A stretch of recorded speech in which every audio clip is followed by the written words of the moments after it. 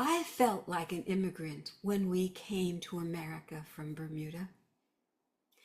I was still a young kid, but I knew that I was American. I had been born in Brooklyn. We had gone to Bermuda to be with family when I was just a few months old. I spoke British English, knew Victorian fairy tales, listened to classical music, and I hated our New York third floor walk-up apartment. I'd never seen an apartment before, or an apartment building, and certainly not an apartment complex. Ugh. My parents, well, were dedicated to helping me get settled. So Mom took me to a shopping mall. She thought I'd love it. I'd never seen one. Unfortunately, my first response was to start screaming when I saw the escalator. There was no way I was going to get on moving stairs. So next, Mom took me on a train down to Manhattan. Cool. Then we went to Radio City Music Hall. Wow. And when the stage curtain opened and the music started, we saw the Rockettes. Amazing women who were doing interesting patterns of dance together while they could kick their legs above their heads. I fell in love. But I still struggled. In Bermuda, we learned math, reading, writing as early as kindergarten.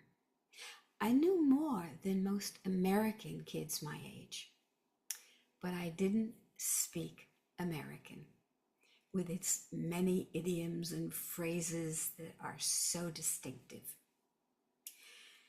Sounding like the Queen of England on the recess playground did not go over well. I could say, "I am not obliged to follow your directions." And the pushback was pretty good. So one day, when I was having a good time jumping rope, double Dutch, a gang of boys showed up, took over the jump ropes, yanked them behind my knees. I fell to the ground. They dragged me along the cement. Screaming, I had tears in my skin all up and down my legs.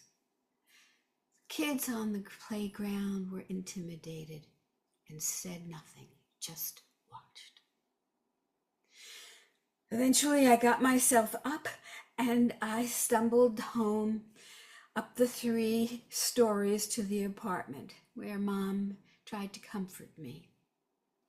My older brother Joe had a different idea. He left, but soon came back with the head of that gang. Now, I don't know what Joe said to him, what he threatened him with, but that young man gave me an incredible apology. And it will be remembered in my mind as much as the Rockettes, because Joe inspired me to understand that you don't have to be silent, that somehow you can convince people to do the humane thing. Thank you, Joe. And my hope is that you will follow Joe's model and be inspired, right, to do the humane thing and to get others to do the same. If so, thank you. That's what we need for sure these days.